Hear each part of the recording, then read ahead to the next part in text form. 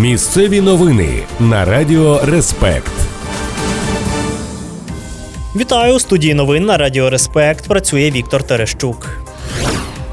В Ізяславі поліцейські затримали 43-річного чоловіка, який пограбував пенсіонерку. Зловмисник серед білого дня вдерся до будинку 83-річної жінки та вимагав віддати гроші. Отримавши відмову, нападник побив стареньку, забрав понад 4,5 тисячі гривень та втік. На допомогу прийшов сусід, який почув крики та викликав правоохоронців. Оперативники швидко розшукали грабіжника. Тепер йому загрожує відповідальність за розбій в умовах воєнного стану. Наразі вирішується питання про тримання підозрюваного під вартою.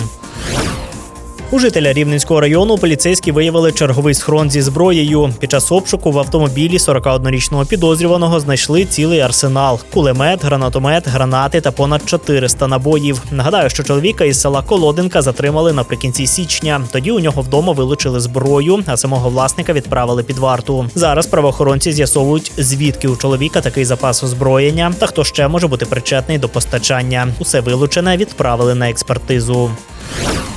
Жителя Острога, який намагався спалити будинок колишньої співмешканки, відправлять на примусове лікування. Таке рішення ухвалив місцевий суд. Подія сталася ще у червні минулого року. Тоді 39-річний чоловік через давні образи підпалив дерев'яні піддони під стінами будинку жінки. Пожежу вчасно помітили сусіди, проте вогонь встиг завдати збитків на понад 1 мільйон гривень. Психіатрична експертиза показала, що палій неосудний і не контролював своїх дій. Тож замість в'язниці чоловіка госпіталізували до спецзакладу з посиленим наглядом. Рішення суду ще можна оскаржити в апеляції.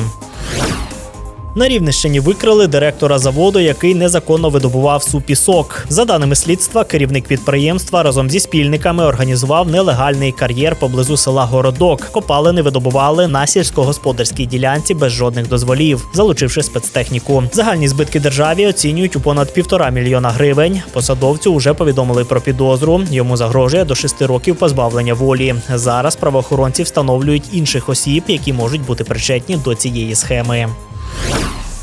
«Енергоатом» та окрема бригада безпілотних систем «Ахілес» підписали меморандум про співробітництво. Документ закріплює стратегічне партнерство між енергетиками та військовими. Це дозволить компанії системно та адресно спрямувати допомогу працівників на конкретні потреби підрозділу. Як зазначив керівник «Енергоатома» Павло Ковтонюк, головна мета співпраці – це посилення оборони та збереження життів українських захисників. Співпраця передбачає забезпечення бригади сучасними дронами та спецтехнікою, а також залучення міжнародних партнерів і благодійників до фінансування обладнання.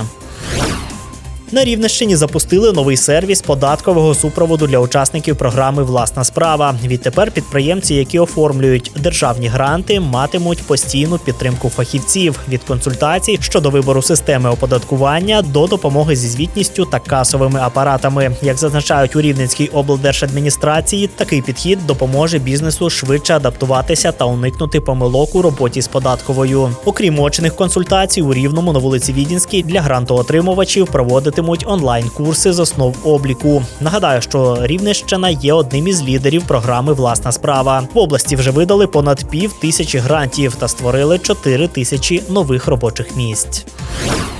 Радіаційний фон на Хмельницькій атомній електростанції у межах норми. За повідомленням інформаційного центру ХАЕС, показники на проммайданчику та в 30-кілометровій зоні спостереження відповідають нормальній експлуатації енергоблоків та не перевищують природного фону.